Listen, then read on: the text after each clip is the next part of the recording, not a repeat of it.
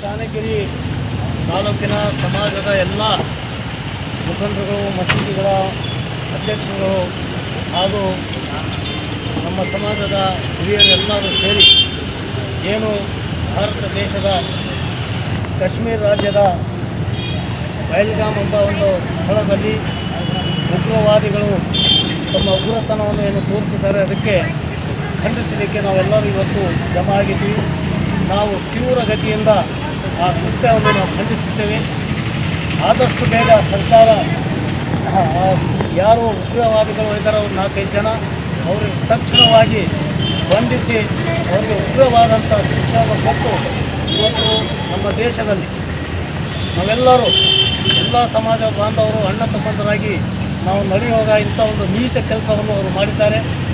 ಆ ಭಾಗದಲ್ಲಿ ಕರ್ನಾಟಕದ ಜನರೂ ಸಹ ಆ ಉಗ್ರವಾದಿಗಳ ಬಲಿಯಾಗಿದ್ದಾರೆ.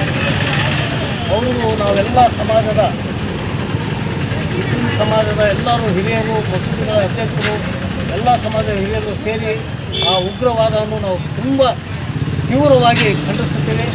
ಹಾಗೂ ಯಾರ್ಯಾರು ಇದರಲ್ಲಿ ಬಲಿಯಾಗಿದ್ದಾರೆ ಅವರಿಗೆ ನಾವು ಸಾಂತ್ವನ ಹೇಳ್ತೇವೆ. ಅವರ ಫ್ಯಾಮಿಲಿ ಅವರಿಗೆ ನಾವು ದುಃಖ ಭರಿಸಲು ಆ ಪರಮಾತ್ಮ ಅವರಿಗೆ ಶಕ್ತಿ ಕೊಡಲಿ. ನಾವೆಲ್ಲರೂ ಅವರ ದುಃಖದಲ್ಲಿ ಜತೆಯಾಗಿದ್ದೀವಿ.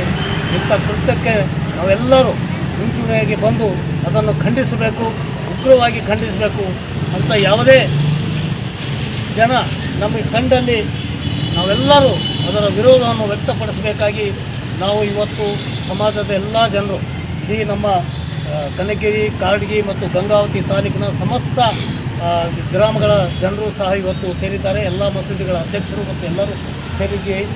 ಅವರೆಲ್ಲರ ಪರವಾಗಿ ನಾನು ಈ ಕೃತ್ಯವನ್ನು ಖಂಡಿಸಿ ಮುಂದಿನ ದಿನಗಳಲ್ಲಿ ನಾವು ಸರ್ಕಾರದ ಜೊತೆಯೂ ಮತ್ತು ನಮ್ಮ ದೇಶದ ಜೊತೆ ನಾವೆಲ್ಲರೂ ಕೈ ಜೋಡಿಸ್ತೀವಿ ಅಂಥೇಳಿ ನಾನು ಹೇಳ್ತಾ ಈ ಮಾತಿಗೆ ವಿರಾಮ ಹೇಳ್ತೀನಿ.